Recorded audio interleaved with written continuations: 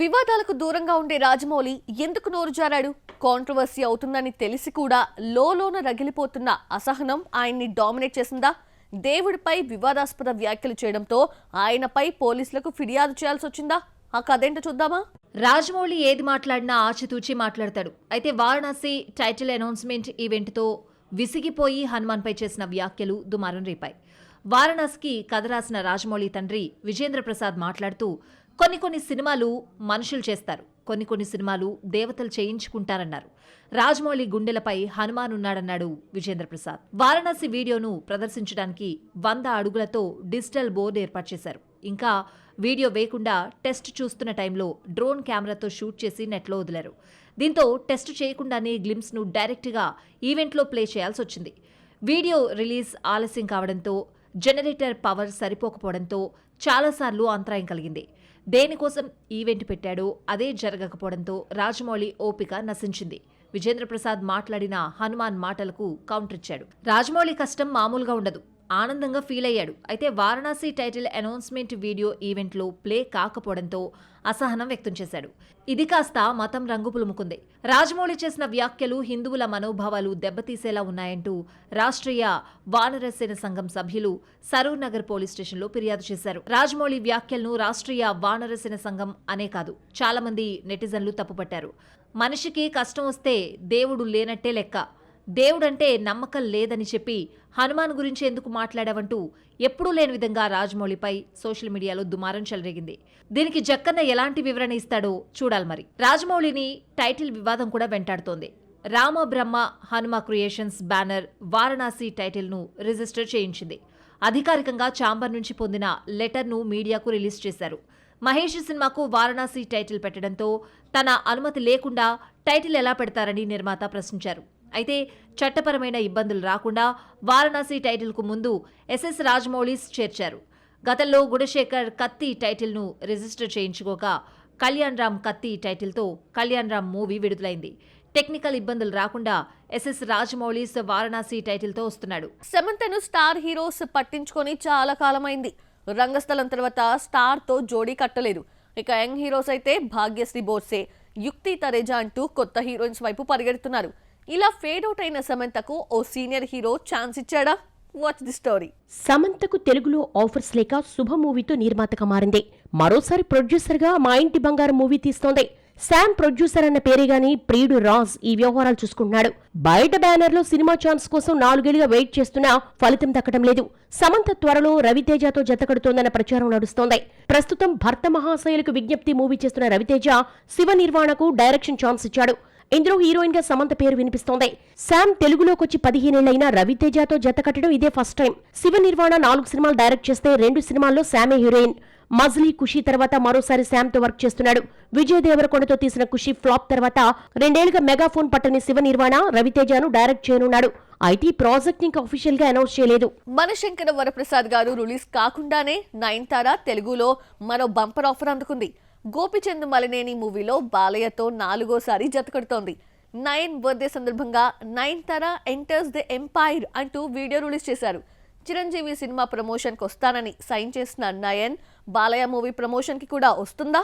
Have a look. Balakrishna పక్కన heroine ని వెతకడం చాలా కష్టం. ఒక పట్టాన సెట్ కారు. షూటింగ్ మొదలై 20-30% పూర్తయిన హీరోయిన్ ఫైనల్ కాని సినిమాలు చాలా ఉన్నాయి. అయితే అఖండ 2 తర్వాత బాలయ్య నటించే గోపిచంద్ మలినేని సినిమా హీరోయిన్ గా నయనతారను సెలెక్ట్ చేశారు. సినిమాలో నయన్ మహారాణిగా కనిపిస్తున్నట్టు మేకర్స్ వెల్లడించారు.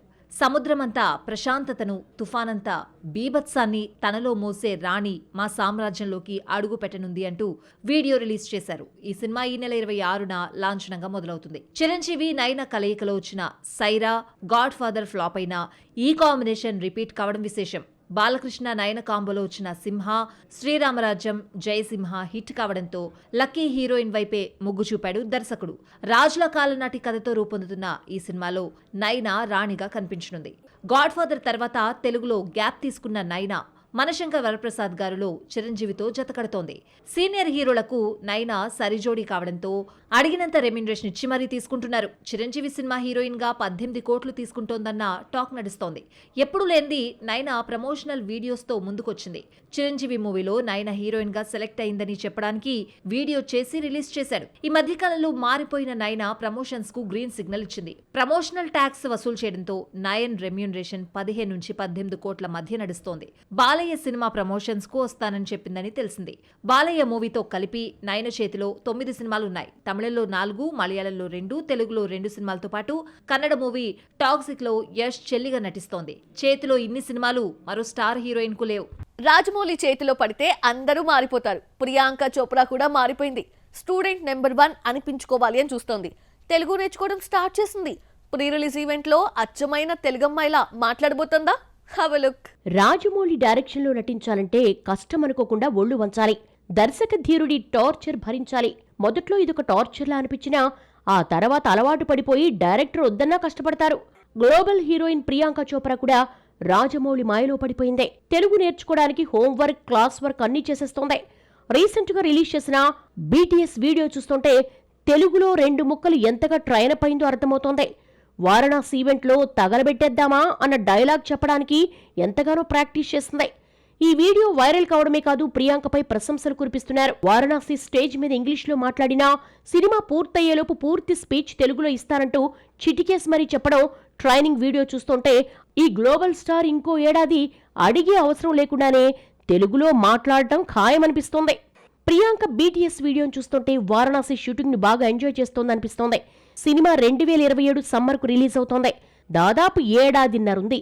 ఈలోగా ప్రియాంక తెలుగులో మాట్లాడటంలో పర్ఫెక్ట్ అయినా సినిమాలో తన పాత్రకు తానే డబ్బింగ్ చెప్తుందో లేదో చూడాలి. మరి ఈ అమ్మడి పట్టుదల చూస్తుంటే తెలుగులో వాయిస్ ఇచ్చేట్టే ఉంది. ఇప్పట్లో అభిమానం అంటే సోషల్ మీడియాకే పరిమితం. మాటల్లేవ్ అన్నట్టు ట్వీట్స్ తోనే అన్ని చెప్పేస్తున్నారు. 80వ దశకంలో హీరోలపై అభిమానం ఏ రేంజ్ లో ఉండేది? సినిమా రిలీజ్ అంటే పండగే. రామ్ ఒక్కసారిగా 80వ దశకంలోకి వెళ్ళిపోయాడు. హీరో ఉపేంద్రకు వీరాభిమానిగా రామ్ పోతినేని నటించిన సినిమా ఆంధ్ర కింగ్ తాలూకా ట్రైలర్ ఎలాగుందో చూసేద్దామా? పవన్ పిఠాపురం ఎమ్మెల్యేగా గెలిచిన తర్వాత ఆయన ఫ్యాన్స్ పిఠాపురం ఎమ్మెల్యే గారి తాలూకా అని చెప్పుకున్నారు. ఈ ఇన్స్పిరేషన్ తోనే రామ్ సినిమాకు ఆంధ్ర కింగ్ తాలూకా అని పెట్టారు. సినిమాలో హీరో క్యారెక్టర్ ను ఉపేంద్ర పోషించాడు. ఓ అభిమాని బయోపిక్ గా ఆంధ్ర కింగ్ తాలూకా రూపొందుతోంది. అనుష్కతో మిస్ శెట్టి, మిస్టర్ పొలిశెట్టి తీసిన మహేష్ బాబు ఈ సినిమాను తీశాడు. మిస్టర్ బచ్చన్ భామ భాగ్యశ్రీ బోర్సే రామ్తో జత కడుతోంది. కథ బాగా నచ్చడంతో ఈ మూవీతో పాటకు రైటర్ గా, మరో పాటకు సింగర్ గా మారాడు. మైత్రి మూవీ మేకర్స్ నిర్మిస్తున్న ఈ మూవీ నవంబర్ 27న విడుదలవుతోంది. రామ్ కెరియర్ లో సక్సెస్ పర్సంటేజ్ తక్కువే. ఇస్మార్ట్ శంకర్ హిట్ తర్వాత వచ్చిన red, the warrior, Skanda, double Ismart నిరాశపరిచాయి. మరి ఆంధ్ర కింగ్ తాలూకా పేరు చెప్పుకొని సక్సెస్ లోకి రీ ఎంట్రీ ఇస్తాడేమో చూడాలి. మరి ఆంధ్ర కింగ్ తాలూకా హిట్ రామ్ కే కాదు, హీరోయిన్ భాగ్యశ్రీ బోర్సేకు కూడా చాలా అవసరం. ఎంట్రీ ఇచ్చిన మిస్టర్ బచ్చన్ ఫ్లాప్ అయ్యింది. ఆ తర్వాత కింగ్డమ్, కాంతాతో హ్యాట్రిక్ ఫ్లాప్ చూసిన భాగ్యశ్రీ ఆంధ్ర కింగ్ తాలూకాతో సక్సెస్ లోకి అడుగు పెడుతుందేమో చూడాలి. మరి బాక్సాఫీస్ లో మరికొన్ని అప్డేట్స్ ఇప్పుడు చూద్దాం. అఖండ 2 తాండవం తర్వాత అఖండ 2 నుంచి వచ్చే రెండో పాటను వైజాగ్ లో రిలీజ్ చేశారు. బాలయ్య, సంయుక్త మీనన్ పై ఈ సాంగ్ చిత్రీకరించారు దర్శకుడు బోయపాటి. శివాజీ, నవదీప్, బిందు మాధవి, నందు కీ రోల్స్ పోషించిన దండోరా మూవీ డిసెంబర్ 25న థియేటర్స్ లోకి వస్తోంది. మురళీకాంత్ డైరెక్ట్ చేస్తున్న ఈ సినిమా టీజర్ ని రిలీజ్ చేశారు. అల్లరి నరేష్ నటించిన suspense thriller 12A railway colony pre release event కి హరీష్ శంకర్ ముఖ్య అతిథిగా విచ్చేశారు. సినిమా 21న థియేటర్స్ లోకి వస్తోంది. మిరాయి హిట్ తర్వాత తేజ సజ్జా జాంబిరెడ్డి 2 షూటింగ్ కోసం ప్రిపేర్ అవుతున్నాడు. ప్రశాంత్ వర్మ దర్శకత్వంలో తెరకెక్కే ఈ సినిమా జనవరిలో సెట్స్ పైకి రానుంది. ఆ తర్వాతే మిరాయి 2 ఉంటుంది.